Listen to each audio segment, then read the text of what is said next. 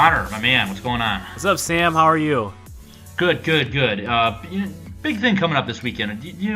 What's the big game coming up this upcoming weekend here in the football world? No, what's the... Game of pride. It's a game of tradition. It's a game that pits... It's America's game being played by America's future heroes. I'm talking about Army-Navy. Oh, damn. You know what the most American thing... it's great that we live in one of a very Western power, it's civilized, where we are afforded by our Constitution a lot of civil liberties and a lot of freedom. However, so normally that's one of those things, a game that I would have a great interest in putting, having some action on, putting some money on. But I stand in solidarity with our fellow brothers here in the United States of A. In most of the states where you cannot sports bet. I will abstain from this game until all people of no matter race, income, creed, etc., education, all that crap, until the government ceases to oppress our God-given right to gamble on sports.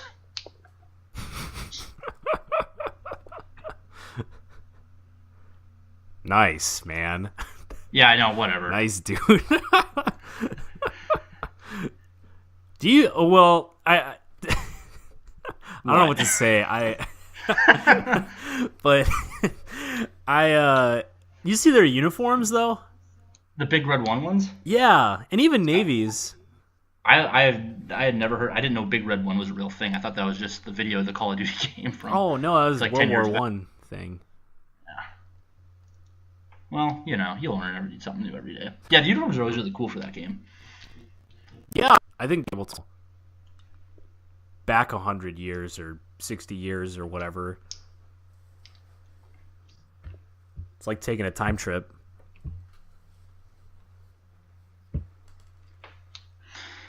Yeah, watching the game. It's kind of wild. Absolutely. That's my favorite part about it. This is what the game was before the forward pass was invented. It's fun. Anyways, speaking of things that are fun, let's talk about something not fun, and that's hiring a new head coach. So our team, so we were at the game on the Packers game, of course, we're talking about on Sunday. Shortly thereafter, obviously, the big news: Mike McCarthy was fired very promptly after the game. There's been a whole big hubbub about it afterwards, and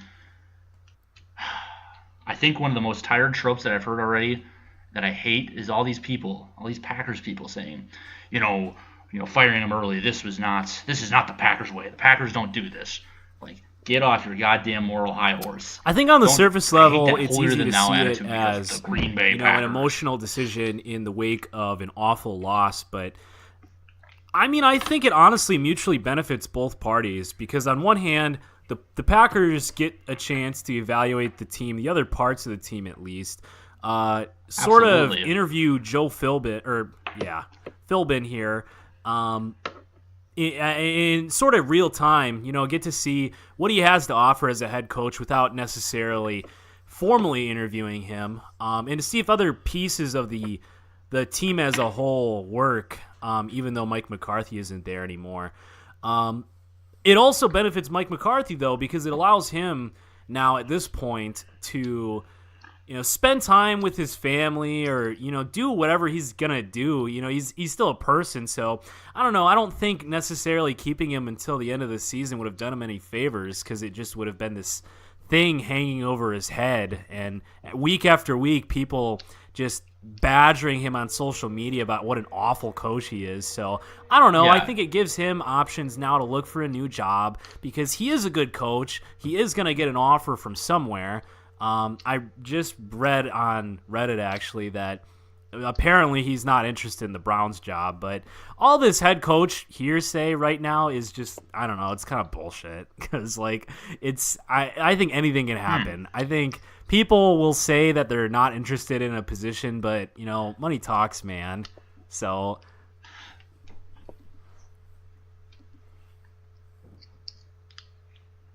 Yeah, that's like the classic college football coach thing to do is when, some head coach at a mid-tier program, is being being scouted for a higher tier college football head coach position, and every time it's pretty as predictable. They'll always say, "Nope, I'm happy here at school X," but school Z with all their money will come in and scoop them up. Which is why I was so surprised. Like in that same vein, yeah, it's Brom. What's the Purdue head coach's name? Jeff Brom, is that his name? Brom, yeah. Well, because everybody had tied him to Louisville since he played there. I guess he coached there when he was younger, and so everybody had tied him to that position. Oh, I'm happy at Purdue. Happy at Purdue. It's like, yeah, all right, he's gone. But he did actually stay at Purdue. So a lot of times that's like the kiss of death, though, when your coach comes up and says they're happy there. That usually means they're leaving right damn now. But that's interesting that you say that McCarthy, I guess, said he wasn't interested in the Cleveland job, and I guess Bruce Arians came out and said that he wasn't interested in the Packers job. And that was one of the guys that on my no doubt. On my short list, he has a proven track record of is a guy success. that I would definitely be interested in. A number of successful connections as well. I think that's a huge positive thing for any sort of coach in here, and certainly a point in favor of hiring a coach with a little bit a veteran coach, I guess, rather than a young-minded like a Sean McVay type of guy. Guys like Bruce Arians are obviously going to have a staff that has knows what they're doing, I guess, and has a proven track record usually in the NFL. With people like Sean McVay, I mean, there's reason why he's kind of one of a kind in the NFL. He sort of came in and was a brainchild of the system, and his system has been extremely successful in LA so far. But I mean, it's far from a normal thing. No, usually you see things like what happened with Josh McDaniels actually with the Broncos.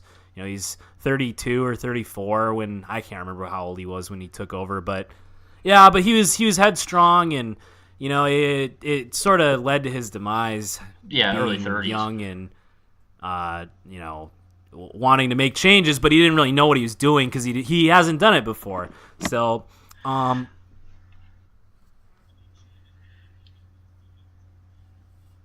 yeah, like those are the kind of guys that's a boom or bust hire. And McDaniels was a bust, and McVay was a boom.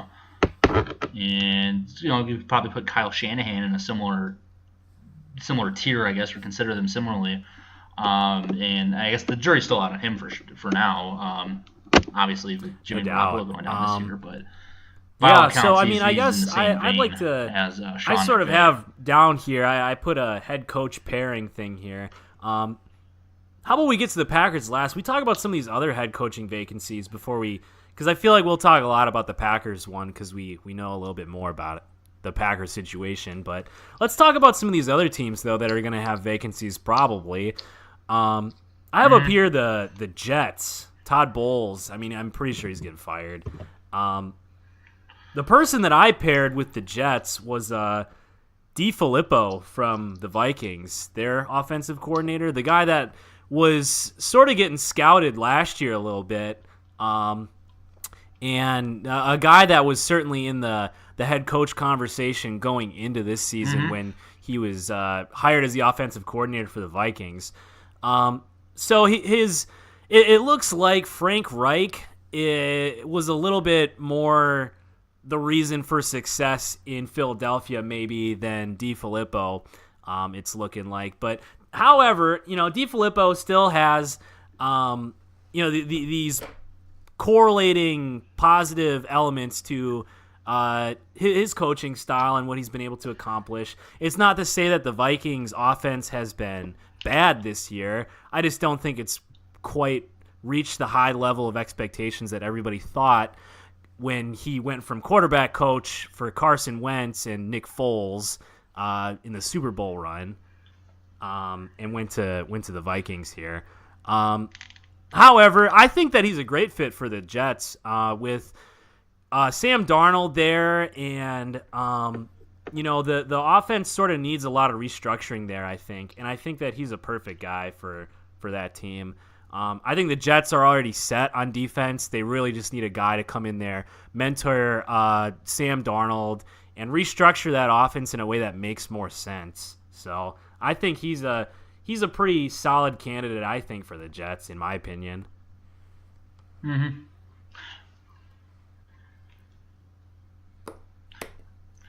Yeah, you could definitely sell me on anybody to the Jets that would be an offensive-minded guy that would pair well with Sam Darnold and be obviously that whoever the Jets hire that's hired, that coach is going to be very much tied at the hip to Sam Darnold, and that's going to be his number one job. But Sean McVay going to the Rams, his job was to get the most out of Jared Goff, and by golly, he's done it. I'd say. So John DeFilippo. Yeah, I like that. I like that move for the Jets, if that's the direction they go. Cool. Well, next here, I have the Buccaneers, and this is a more complicated situation because the more I watch the Buccaneers, man, the more that I agree with your previous take one of these other weeks where you said that if you were the owner, I guess, of the Buccaneers, you'd probably just blow up the team and start from scratch and see what you could build. See if you can build a stronger foundation than what's currently there. And I think you're right. I mean, I think that they need to just start all over. Like, they need new everything.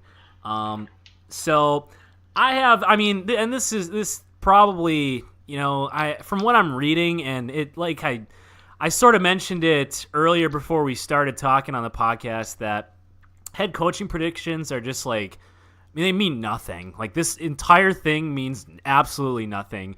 It's so early in the game that you can't even tell, like, where the chips are falling at this point. But right, exactly. So we are, like, super. Right. You can tell which coaches are gonna be gone, probably. But yeah, but there's like there's zero certainty to any of these statements. But anyway, good feeling. I have Lincoln Riley, Oklahoma head coach right now. There's a lot of statements out there right now that, he's really risen the ranks super fast, and he just became the head coach of Oklahoma. And from what I'm able to deduce, it sounds like he's really comfortable there.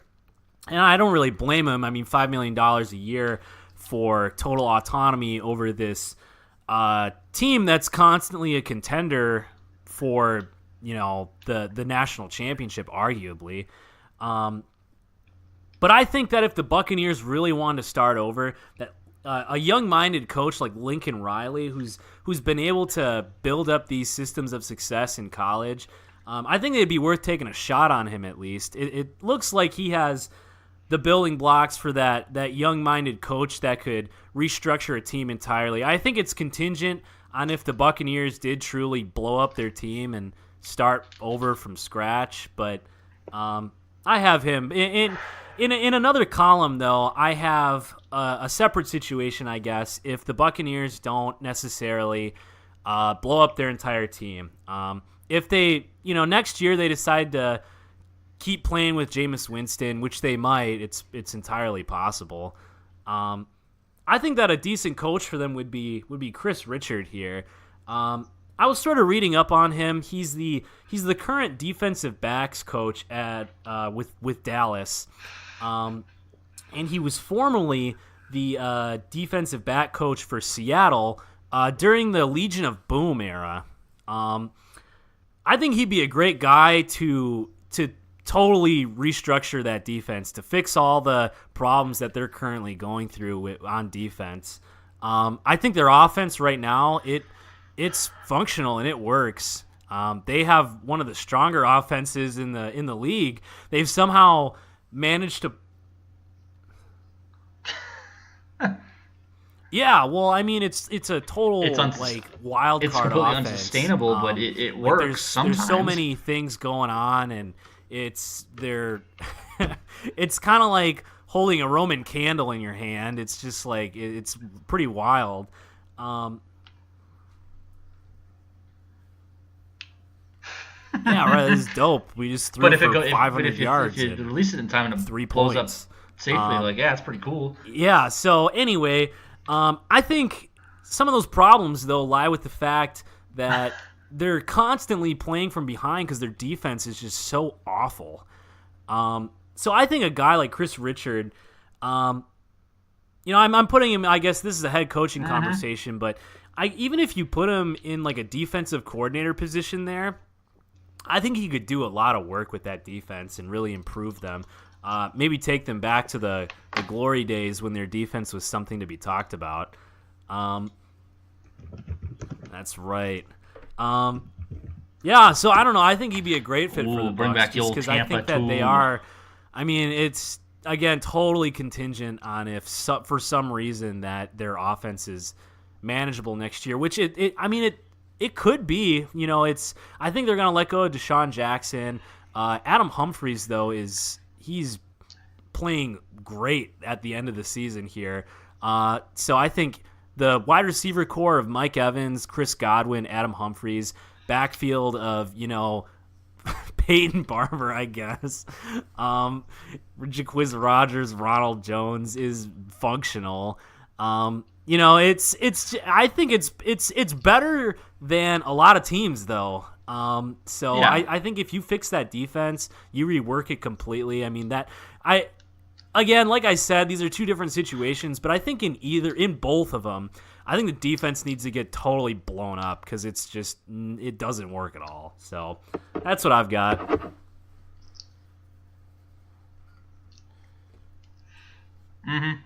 Yeah, I'm still firmly entrenched in they need to blow the whole thing up and do a full rebuild, and they need because the offensive cupboard is not bare. They got weapons, but I just think Ryan Fitzpatrick, that's completely unsustainable, and then Jameis Winston is flawed as a quarterback in terms of ball security. So I think it's worth, if you're gonna have to completely revamp the entire defense. That's not gonna happen in 1 year or one off season. That's gonna take some time. So might as well.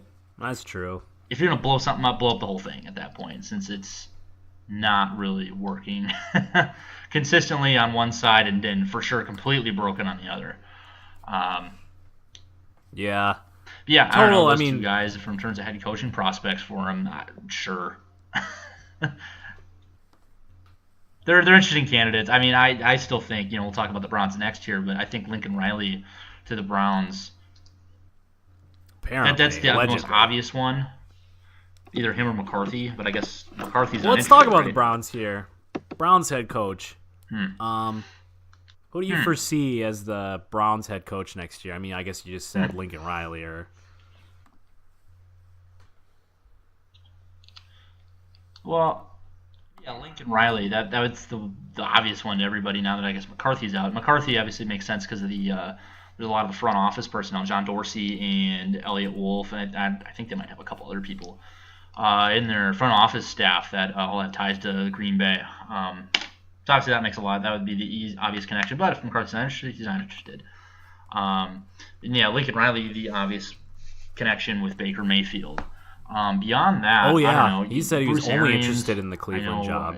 Did he come out and say that he was interested in the Cleveland job? I imagine it's because they just look like a super dynamic team. Did he like say they were why? totally not supposed to do much anything this year, and they've done a lot this year. There's a lot of potential there, so I could see why he's interested in them. They're definitely better. Yeah. Yeah, right. that makes I don't sense. know either. But also, I don't understand why he wouldn't be interested in the Green Bay job. If he's interested in winning, going to a team that has. Yeah, I agree. That's closer to winning the I Super don't Bowl. know. I don't think really the know Packers what are the still thought process ahead of is the there, Browns. but an interesting candidate to be on the lookout for, though. Yeah, I don't know. To each their own, I guess. I read some things about. Do you know who the Iowa State head coach is? Matt Campbell. Yeah. Apparently, he has a lot of connections in Ohio because Matt Campbell, right? He actually. Yeah. He has a connection with John Dorsey.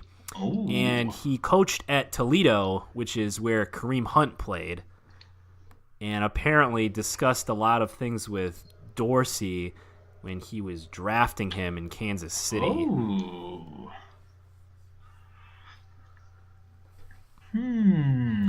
Yeah, that's a lot of weird detective Hmm. work that could mean absolutely nothing. But That's a lot of dot I connection thought there. I I like read it. I that though, like and I it. thought it was interesting.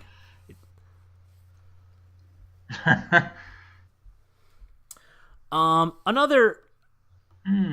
Okay.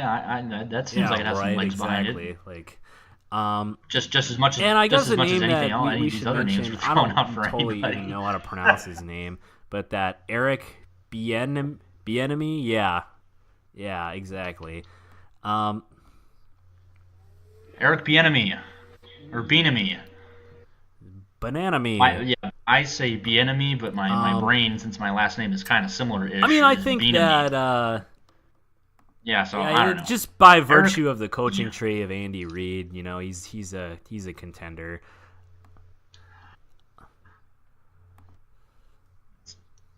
That'd be cool. That is my guy. I mean, Absolutely no 100%. doubt he'd bring I want him as a the total Packers coach. jolt to the offense of whatever team he went to. Um, so Mm-hmm. Certainly be different, and I think since he was the running backs coach and was a former running back by trade, oh my I think God, we'd I read this have less of the great issue of this great gosh darn it, comment why on a don't they give thread Aaron of Jones more Mike than 11 McCarthy getting carries a game? fired, and it was this whole. It was I'd probably fix that the problem. article was like the statement that Mike McCarthy made, his last statement, where he was like, I don't know what the hell we're doing. I've never been in this position before. I got to take some time to figure out what exactly is going on. And then it was found out later on that he was fired. So it was the article linking that quote. And the first person to comment on it, it was in Mike McCarthy's office. They found a chest labeled "The Secret to Success." And inside the chest were 50 plays designed specifically for Jamal Williams. And it's totally true, though. Like, did you see the last game? The split was 11 carries for God. Aaron Jones and 7 for Jamal Williams. Like, oh my God, man. Like,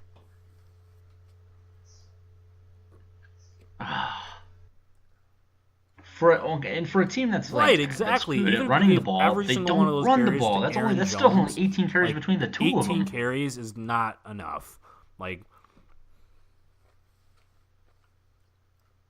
it's total bullshit because it's No, at this you point gotta it's at least just get making I mean, his it's almost stats look 20, but worse it's because not he's not 20. able to really get anything going by himself, and we choose to hand it, toss it to Jamal Williams, who, it looks like he's running with ankle weights out there. Like, man, like, I don't know. I don't understand the argument for Jamal Williams. I'm sure he's a nice guy. He looks like he can dance well. That's great, I guess, but like.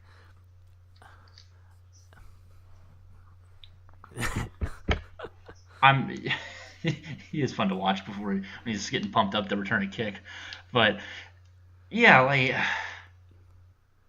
him run between the tackles every once in a while when he's spelling Aaron Jones. That's fine. That's fine. Yeah, But no doubt. like He Aaron looks Jones, small, but dude's a 3 down I back, agree. man. He's a 3 down back. Has sneaky power. Dude runs people over. Yeah, dude. Was the Vikings game? He ran over like Daniel Hunter or something at the He's the great. line of I don't scrimmage. know. He ran his ass over. I think we got really lucky with him, honestly. But, yeah, I don't know. He needs more carries, and that's something that I'm looking forward to this Sunday against the Falcons, who have an atrocious run defense. Bad run defense. Yeah, that was the other thing against the Cardinals. Like, it's goddamn and it's snowing. Yeah, It's snowing the entire game, and it's wet. And it's man. cold. What a frustrating game. All right, well, one more name before the Packers. We keep sort of devolving into the Packers, but one more name, the Bengals. Is this the year that Marvin Lewis gets fired? Oh, what did I hear? I heard Mike Florio had a nugget about him or something where, it was Mike Brown, the Bengals owner. I guess his trend or his one of his traits as an owner is he does not like to pay people not to work for him. And I think there's another year or two on his contract on Marvin Lewis's contract. So he's thinking, based on the owner being not willing to pay someone who doesn't work there, they're probably going to stick or survive another year. Damn, that's sad. But you never know.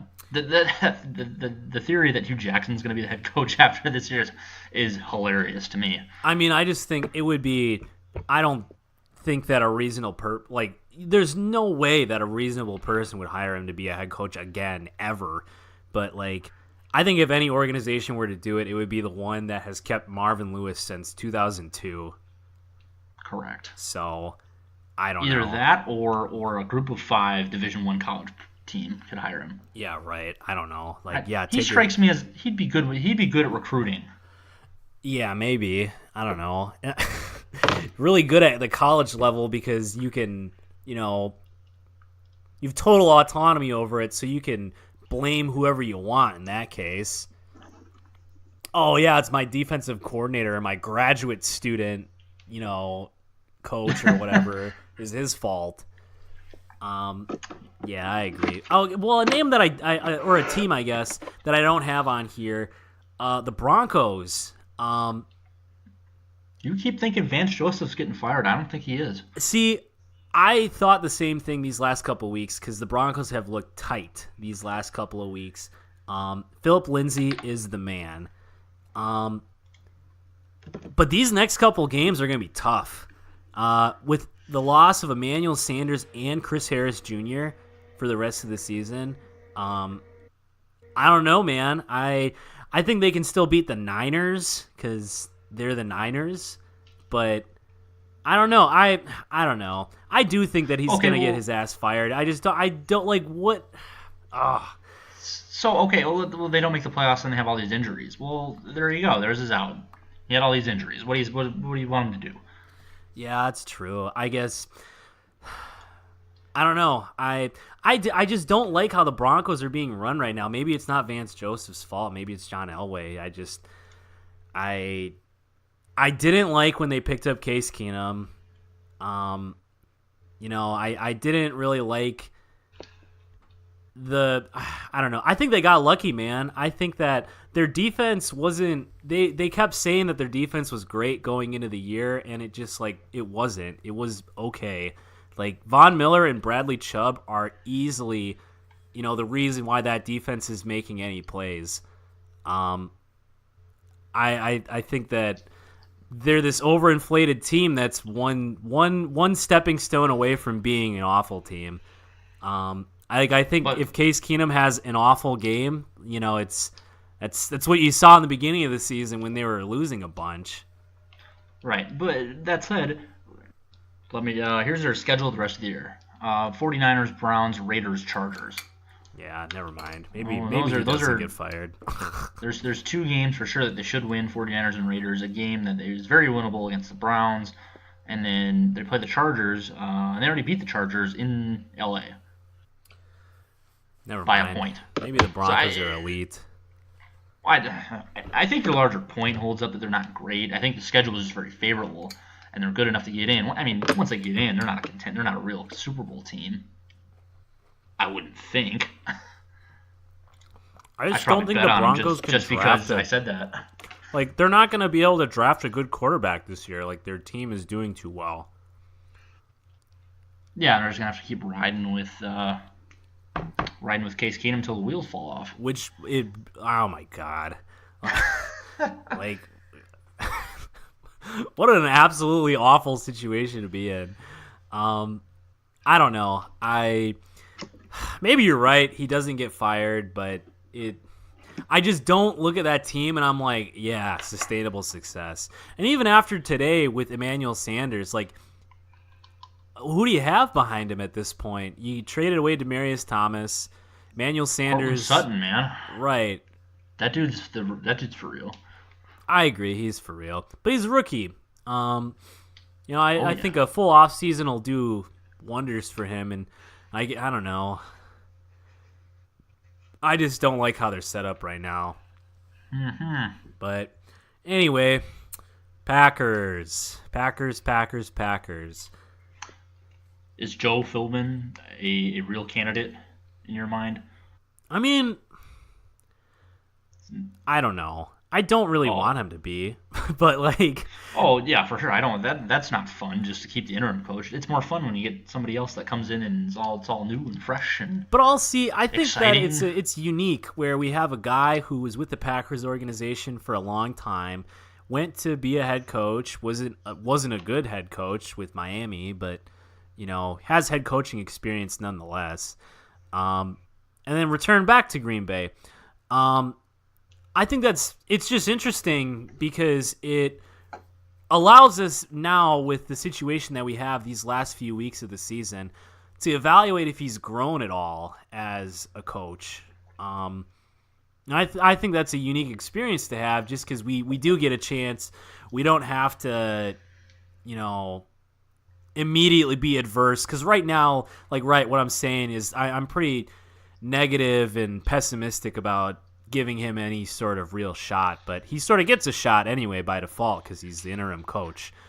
So I think it'll be interesting to see if he's changed anything about his coaching style, what exactly he can do with the pieces he has to work with, because I think he does have, a pretty solid plate to work with here. He's a pretty decent offense, pretty solid defense. Let's see what he does. Let's see what he can do as a coach. That said, that's fine. I just don't think it's going to be. I don't think it matters. I don't think it's going to be that much different. It'll be different, but it won't be different enough. I think. Well, maybe I'm wrong, but I just go back to the quotes that the reporter at his news conference on Monday hit him with this question. He read back a quote from when Joe Philbin was introduced as the OC back in this past January. And his quote was, his goal was to make Mike McCarthy look like the smartest play caller in the NFL.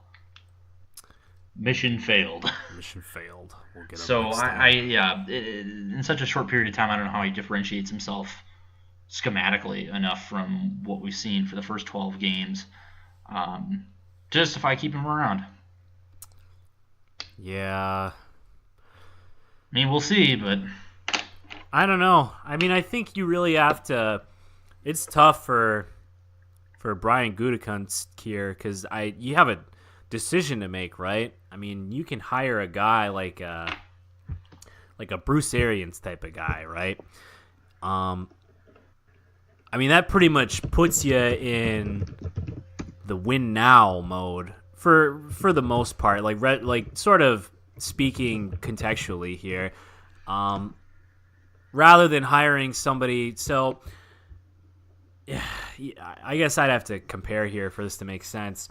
I think that it's two different hiring paths to hire somebody like Bruce Arians or a vet head coach, or to hire somebody like Josh McDaniels. I think if you hire Josh McDaniels, that signals that Gutekunst is trying to plan here for after the Aaron Rodgers contract expires, in my opinion. Mm-hmm.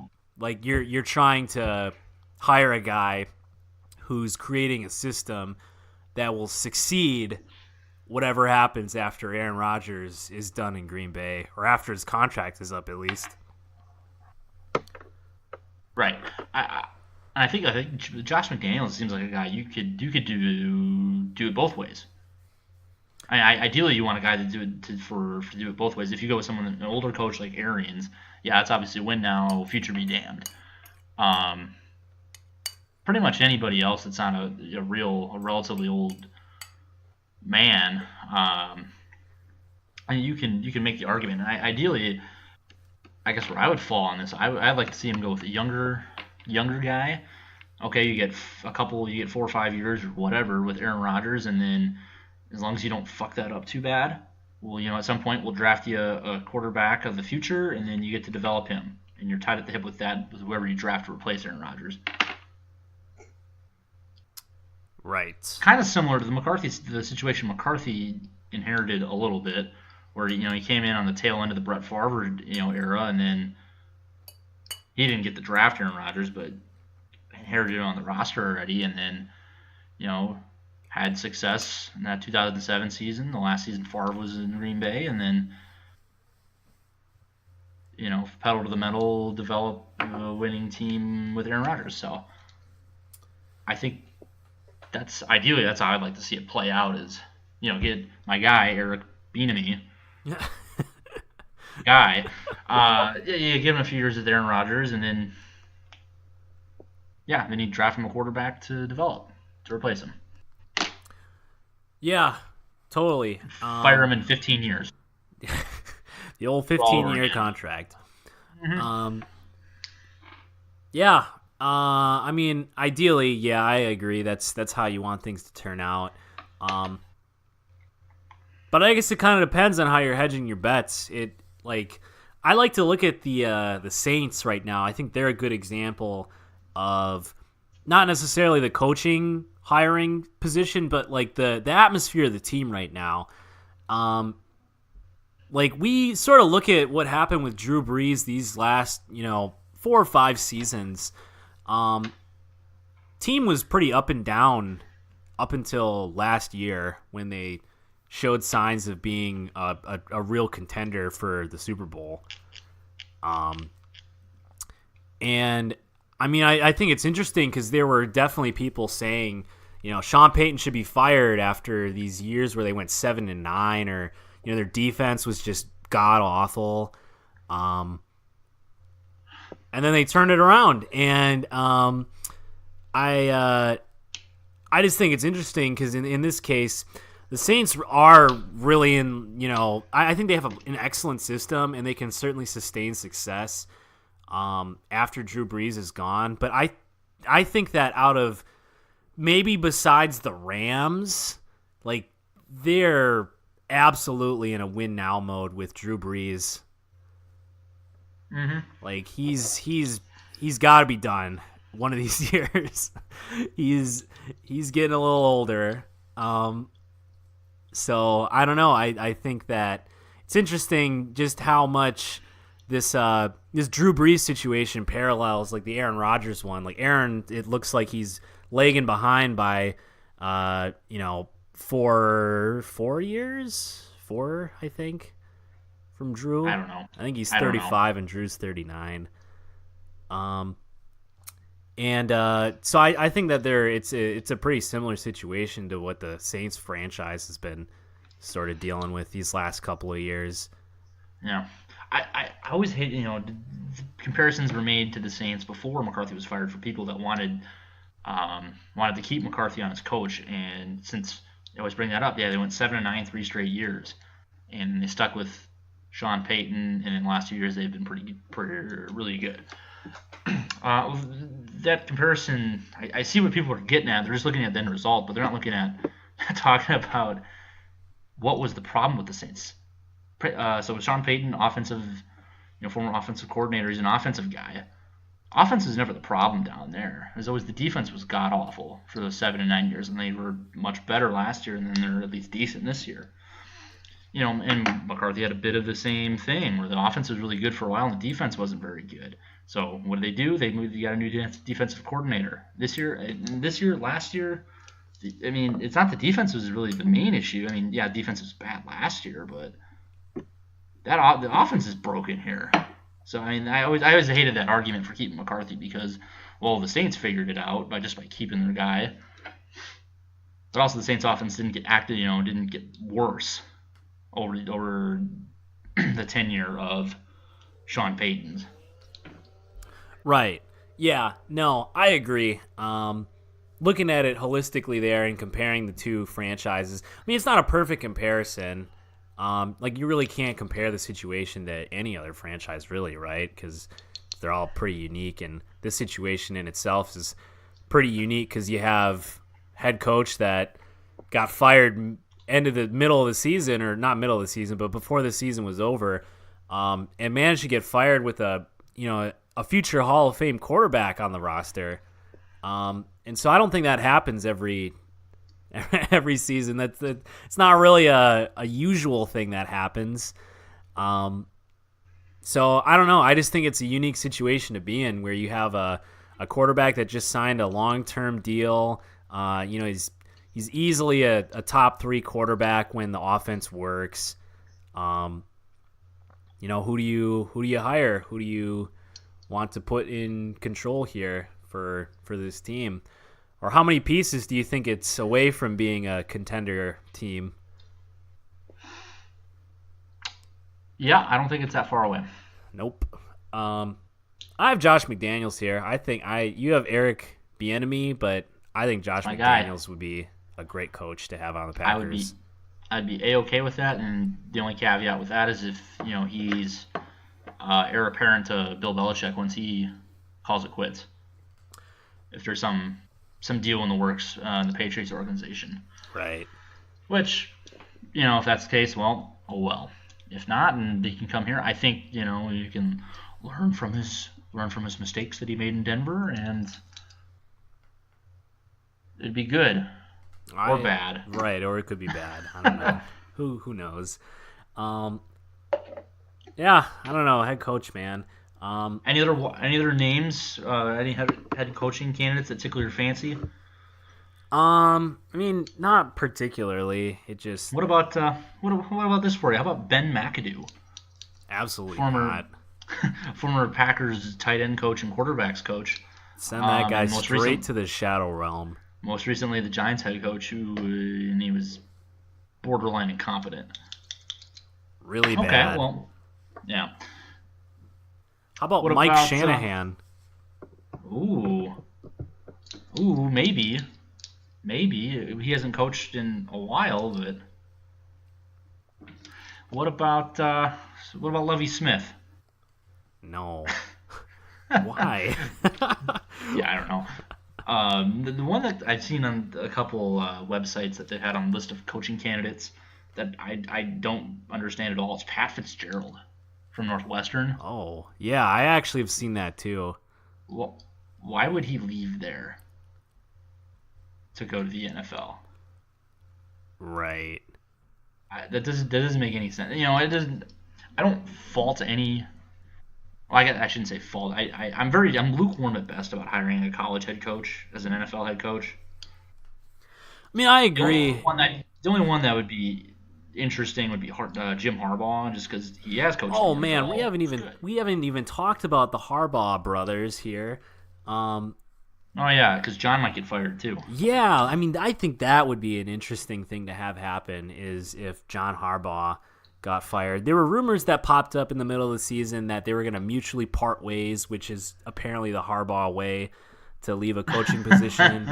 And I seriously don't think that Jim Harbaugh is leaving Michigan because I don't know. I wouldn't. He hasn't beaten Ohio State yet, and the door's open now after Urban Meyer retired. Right, exactly. So, and it's just ideal. Like it's a good coaching position. Like you're constantly going to be a contender in the Big Ten. Like you went to school there, right? Your alma mater. I don't know. Like I don't know why you'd want to toss your hat back in the ring of NFL coaching jobs right now. They're just, I don't know. I guess I could understand it with the Packers. Like the Packers again have a unique head coaching vacancy here. I don't know though. I don't know what you'd be leaving a lot behind in Michigan for him. Yeah, I think the main thing with all these college coaches is you're leaving job security behind. Jim Harbaugh could probably be the coach at Michigan as long as he wants now. As long as they're decent and he doesn't, get into any scandals or anything. Totally. I mean, I think that they're on the rise. They're still going to be good. It's hard to say with college teams, man, but like, I mean, with Urban Meyer leaving, Ohio State's huge because I think Penn State was on the decline this year. They were still decent, but they weren't great. I think that they can control the Big Ten East there. Yeah, and it just makes so much sense. You get a guy who went to school there. So Jim Harbaugh and Pat Fitzgerald are both at their alma mater. Paul Chryst, not that I've seen his name around, but these all seem like destination jobs for these guys, and they could really be there as long as they want. Right, totally. So I don't know. I as much as it'd be, awesome, I think, to have Jim Harbaugh come coach the Packers, I don't think it's a realistic expectation for him to leave Michigan. But John Harbaugh, though, Now there. Would you want Harbaugh? John Harbaugh? I mean, I'd take him. What does he bring? What does he bring to the table? I mean, look at that defense, man. It's wild. Okay, yeah. So in that case, you wouldn't be bringing back Mike Pettin.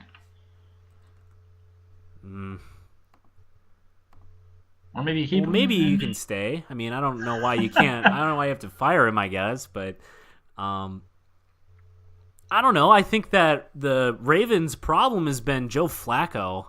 Like, Joe Flacco and their habit of signing wide receivers that are past their prime.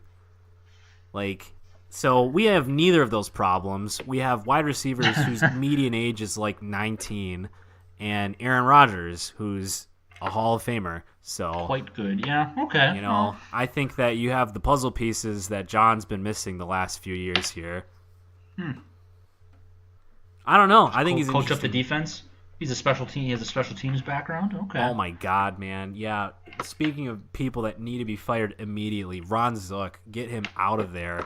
Joe Philbin, fire him right now. Use your executive powers and just be done with him. My God, I am tired of seeing Tramon Williams back there. Is Tramon Williams really the only person that we've coached up to return a kick? Because Jair Alexander was back there this week, and golly, what happened? He had ripped off a nice, I don't know, longish return. Right. Cool. Dope. You know, why don't we do that? Like, I don't know. I understand that Trevor Davis was apparently the guy, but, man, those 2 weeks or whatever of having him were great. Yeah. Yeah, I don't know. But anyway, head coaching. I don't know. We'll have more for you here as the weeks roll on. What about Urban Meyer? God, I hope not. Dude, people are joking around now that he's gonna pull an Urban Meyer and go and coach USC. Yeah, I was hearing. Were you listening to part of my take this morning? Oh no, I didn't. But did they say it on there? Yeah. Oh. That was like the first thing. I mean, I think it'd be hilarious. I wouldn't even have a problem with it. It would just be, you know, the next logical classic step. Urban having to bail at the at the heels of a public scandal here. Yeah, there's no way that he's done coaching. I think he'll take a year or two off, just like he did after he left Florida. And then he'll wait for Clay Helton to get fired. That's what'll happen. Come back on the scene after because people forget. They do. People forget. Either that or if Nick Saban decides to retire in a couple of years. Oh, Alabama's got a coaching opening. Oh my God, that would be a nightmare scenario. What do we have here? Oh my God, I think that's the only reason I would want him to stay out of coaching forever is just because. Once Nick Saban is done, I want that dynasty to just end. Like, just close it like a book. Like, you're done. You've won enough national championships for the Earth's lifetime. What about, Tom Herman seems like a guy who would get himself into a bit of a scandal. Maybe if that Texas job opens up. Do you see that Mike Leach asked Urban if he wanted to help him teach his class? No, I didn't see that. That's good though. Shot a tweet over to him. Wow. So there's another good name I thought of. We got to talk about Jeff Fisher. Oh my God, I think that would be just absolute. I don't know if Jeff Fisher became the next Packers head coach. Man, it's a meme. It'd be funny. There are people that are posting pictures of Jeff Fisher in Packers gear on Reddit. I know. Well, I sent you the video where it's the side by sides of alternating between Jeff Fisher in Packers gear and Vince Lombardi. Yeah. And then with Matthew Yeah. Sometimes you got to go back to go forward. Oh my god. Oh wait, actually, I have a semi-serious one. I can't remember his name. But it's the Rams quarterback coach. Oh, I know who you're talking about. I've seen him on the board here. Yeah, it's Greg Olson. No, Not Greg Olson. he's the Raiders OC. Zach Taylor. Zach Taylor. Yeah, no, I know nothing about him, but Rams quarterback coach. He's on the Rams staff, so yeah, I'll take some of that Rams drip. See, that's the thing with these guys like Eric Bieniemy and Zach Taylor here, I guess. It's like it's these dudes that are just a part of a larger system that it's kind of like, I don't know, you're certainly like a part of something successful, but I don't know if it's because of you. Right, it's like taking the corner piece of a sheet cake. Like the whole cake is really good, but maybe get some of that blue frosting that's not very good, or maybe it is. I don't know. If it's good frosting, then that's great. Then your whole team's going to be really good. I think that's what you got with that's what the Bears got with Matt Nagy. Had a good corner piece from the Chiefs sheet cake. That's true. That metaphor works really well too because Andy Reid's he's a cake looks like guy. he likes cake. I like cake, so. Oh man. I really like that metaphor. The more I think about cake. it. Yeah, the corner piece of the sheet cake. Well, the Packers will be looking for their corner piece of the sheet cake here this offseason. We'll see what happens, but and hopefully it's the good blue frosting. Man, at this point, I think the Packers have the 14th pick in the draft. Oh no, my friend! I think they have the 10th pick. Oh, they do? I believe so. And if they would have lost the game to the Vikings that they tied, they would have been at 7. Oh my God, that's great. But very yes, and very much if the Packers very much can move up in the draft if they lose some more games here. Totally. They already lost to the Cardinals. That was the toughest roadblock. And also, it's so disappointing that Packers will likely be picking in the top 10 with their pick, and then that Saints pick that they got. It'd be like 31. It's at 31 right now. Yeah. So, second round pick. It's just, I don't know. Yeah, it is what it is. It's draft capital. They can maneuver that and package that with whatever and do a whole bunch of crazy stuff. Right, exactly. Do some trade up and get Ed Oliver. Sure, probably not, because isn't he projected to be like number 2 after Joey Bosa? Yeah. Well, get Joey Bosa too. I don't care. Get both of them. And then trade for Nick Bosa, and then trade for Zoe. Oh yeah, Nick Bosa, not Joey whichever. Bosa. And trade for the other one. And get both get all the Watt brothers. Is Mo Wilkerson on a 1-year deal? Yes. Damn. So he's a free agent. That's disappointing. Mm-hmm. I like the 4 of them. I like Mo Wilkerson, Kenny Clark, Mike Daniels, and Dean Lowry being the guy that comes in whenever they get a boo-boo. Like Dean is just he's the just a guy, but he's a great just a guy. Yep, he is a roster filler. Absolutely, but he's He is a super replaceable reliable. player. Uh-huh. Like he's not bad. He's not he's not Mike Daniels, but he's a guy. He's a guy. And I think that's you need great. guys. If every player you draft is a guy, that's good. Yeah, I agree. So I don't know. I haven't even started to look at the draft very seriously because it's all these names. It's still all these months left. Right. Of the season. There's these people though that are declaring for the draft, and as it becomes more and more popular for players to sit out of their bowl game because the bowl games don't mean anything, it's sort of interesting to see the crop here that's starting to be the next draft class here. Like trying to get familiar with some of these names so that once the draft does come about, it's like, oh yeah, that's that guy or that's that guy. I think the draft is just a lot more fun to watch when you're familiar with what these guys do, because otherwise they pick a dude like when you're in the third or fourth round and you're just like, yeah, we got this guy, and I have to go look him up, and it's like, yeah, he definitely played college football. It's true. And that's, I don't know. Anyway, you want to talk about any of this NFL news stuff I have here? Oh yeah, I got a good take on Kareem Hunt here. Okay, well, let's. I just want to say first that Mark Sanchez is a starting quarterback again, so that's really something. Mm-hmm. And do you know who they signed to back Mark Sanchez up? Josh Johnson. Yeah, what the hell, man? The Redskins are. I hate that organization. Organization sucks.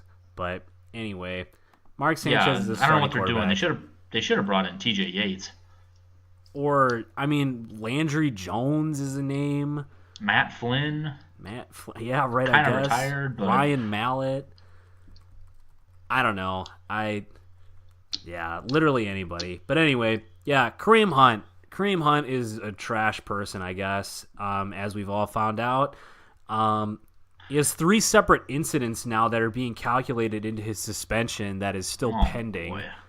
Golly. So a pattern of violent behavior certainly doesn't bode well for this guy, who's already looking at a 6+ game suspension and isn't even able to start doing that until he's off of the commissioner's exempt list. So, right. What do you have on Kareem for me? Well, so he was cut for. Why was he cut from the Chiefs? Not because of the action of him kicking somebody while they're down in the hotel. He was cut for lying, right? That's the main reason. Right. The Chiefs cited. Well, what does that mean? What does that mean? That means, you know what hurts worse than kicking? Words. That's how I imagine the conversation with Andy Reid and Kareem Hunt went. Yeah, I think so. That's probably how that went. Yeah, I don't know. Nice take. I just really like the interview. It's more harmful than nuclear weapons. Words.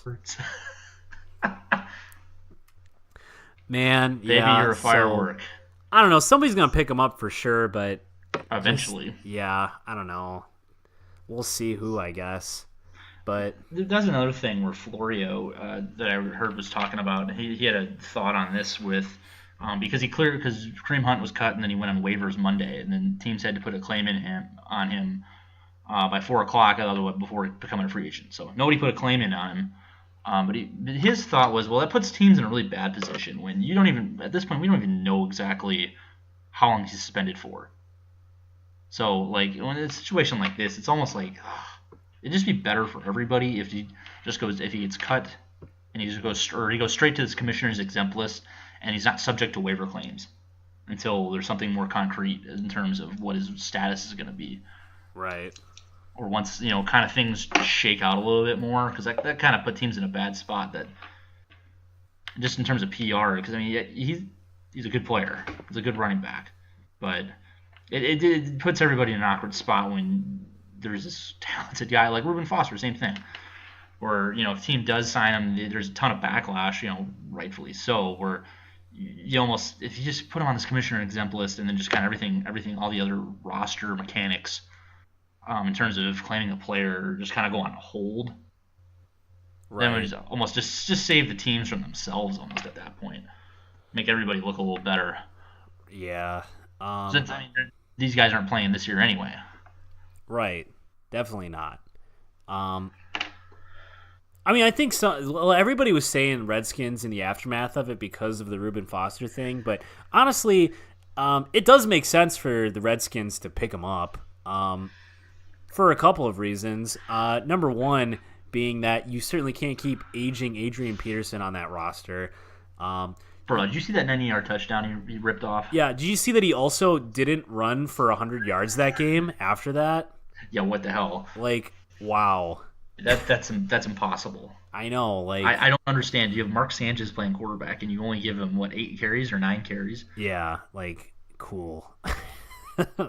What are you doing? Man, it looked like he was limping that entire 90-yard run, but somehow managed to outrun every single defender. Yeah, dudes weren't catching him. Yeah, so that's really something to behold.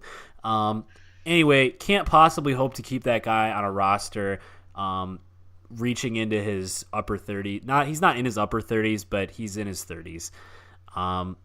So it would make sense for a team like the Redskins to sign him because they will need a running back here. It doesn't really seem like Samaj P. Ryan is developing into any sort of running back that they want. Chris Thompson is perennially the pass-catching PPR monster. But they have Darius Geis coming back. Oh my God, I totally forgot about Darius Geis. I totally forgot that they had him. Right, because he hasn't played. Right, he got, tore his ACL or whatever first preseason game. God damn it, I totally forgot about him. Yeah, so they could probably just not sign Kareem Hunt. Well, what I was going to say was that they already have an awful fan-owner relationship happening there. And so to sign somebody like Kareem Hunt probably wouldn't affect the franchise quite as much as, like, literally any other franchise signing him.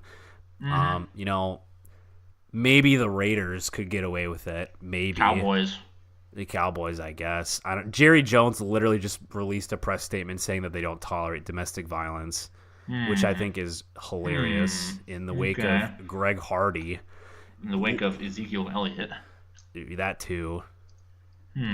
Interesting. Yeah. Cool, Jerry. Thank you for your service. I forgot to say that about Emmanuel Sanders. Oh. Thank you for your service, yes. Emmanuel. Yes. Anyway, yeah, I don't know. He's going to end up on a team, but I agree that teams are sort of in this limbo state where it really doesn't benefit a team to sign him now because he could be indefinitely suspended. There's no way to know. Mm-hmm. So, and Reuben Foster is going to go to jail, so I don't know what value the Redskins saw in signing him, but, whatever. Michael Kendricks came back from his insider trading bullshit, so... See, I wanted the Packers to sign Michael Kendricks. Man, that's a white-collar crime. That's completely different. That was so funny. Oh, speaking of insider trading, rough day on the market yesterday, huh?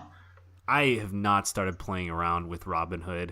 Oh, I just got my checking account linked, and I'm just kind of waiting here until I feel like pulling the trigger. Also, it was weird today because all the markets were closed because for the day of mourning. George Bush, yeah. I read an article that said there's a subreddit that's like devoted to doing this kind of stuff. There are also a lot of people that say that Robinhood is like the worst thing ever because it tries to make connections between day trading and like things like fantasy football, where you trade and are active every day.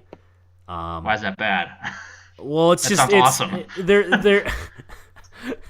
It's different to be volatile with fantasy players and volatile with stocks, where maybe doesn't benefit you quite as much to make moves, every week or every day.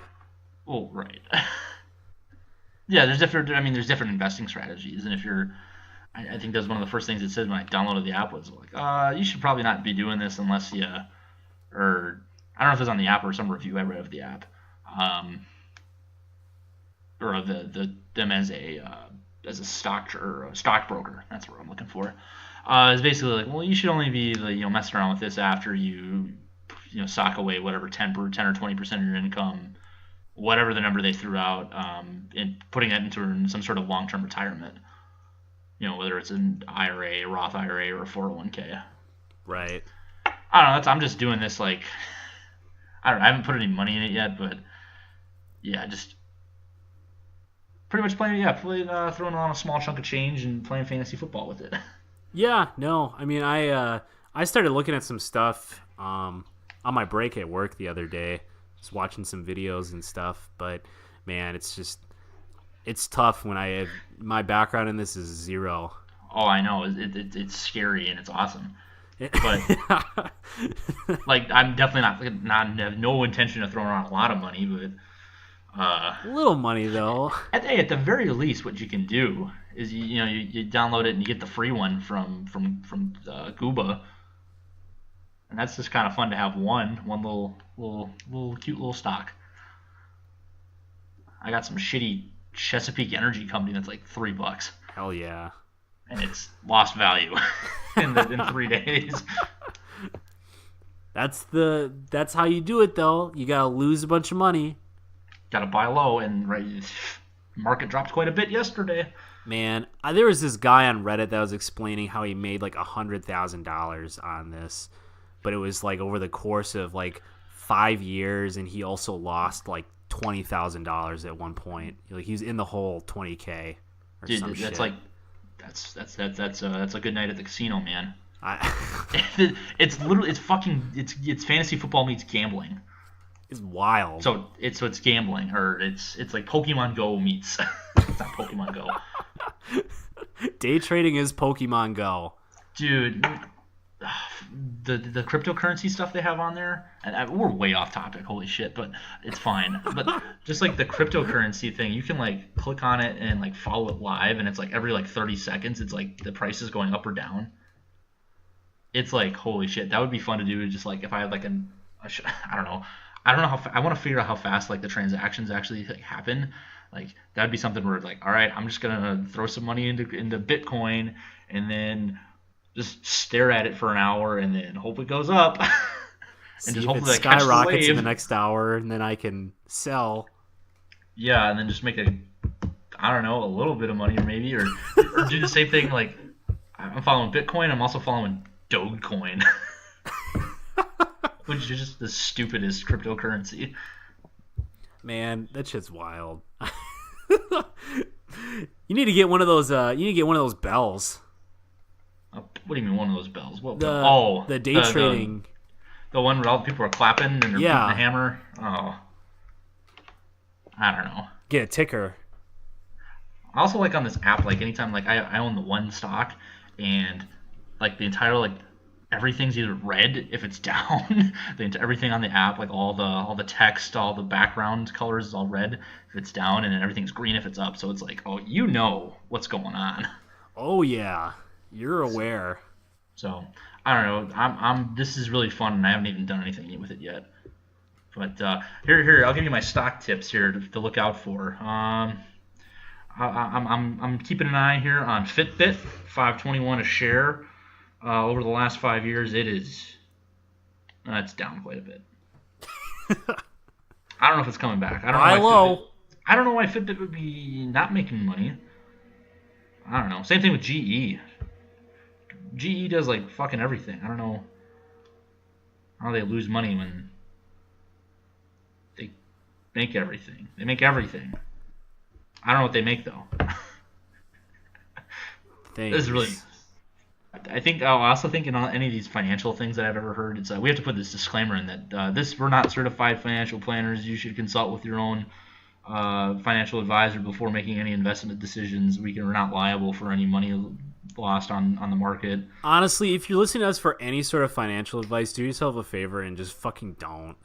Because if we haven't made it positively obvious, neither of us know anything about the market or day trading, so... We're really bad at. I mean, we're definitely experts, but don't talk to your certified financial planner before making any investment decisions. Absolutely. Also, talk to your financial advisor about picks for before you put in picks for gambling on football, because took it on the chin this year, man. Yeah, I agree. It was super sad. I got my first fantasy or daily fantasy win this past weekend. Like, it's the first time I made money in a number of weeks. I Yeah, it's super sad. In the middle of the year here, I was pushing $50 from the $10 that I put in there, and I lost all of it. I have $4 in there. Oh, I'm holding on strong with 33 cents. I think I started the year with 93 or something. Dude, you can get as long as you log in every day, you can get those tickets and just enter a bunch of contests for free. Oh, really? I didn't know. I didn't know how those tickets worked. Yeah, I mean, you can if you filter the contests, you can do it by like ticket or whatever, and just enter a contest that way. That's what I did last week. I didn't win a whole lot of those. I didn't win any of those tournament ones, but I won 2 cash games. Huh. So, wait, you do what you do. Are the tickets, are those that number next to your profile avatar in the top right corner of the screen? How many tickets do I have? Where does it say? I have a number 24. I don't know what that means. I don't think that's it. The coins are something else. I don't know. You can find it somewhere. Well, they're the DK, the yellow thing. The what? Are you talking about the thing like right up in the top left by your name?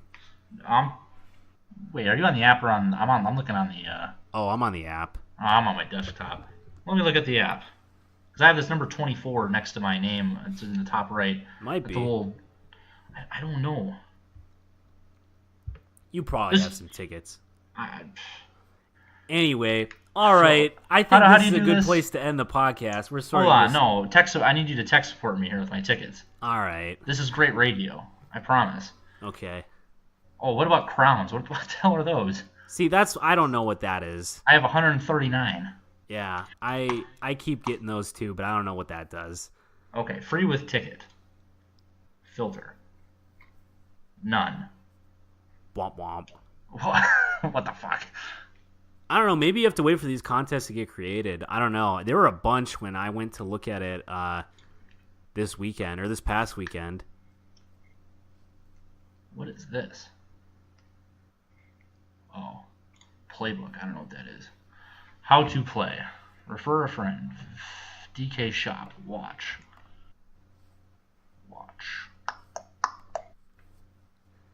Claim. I can claim bonus crowns and booster status now.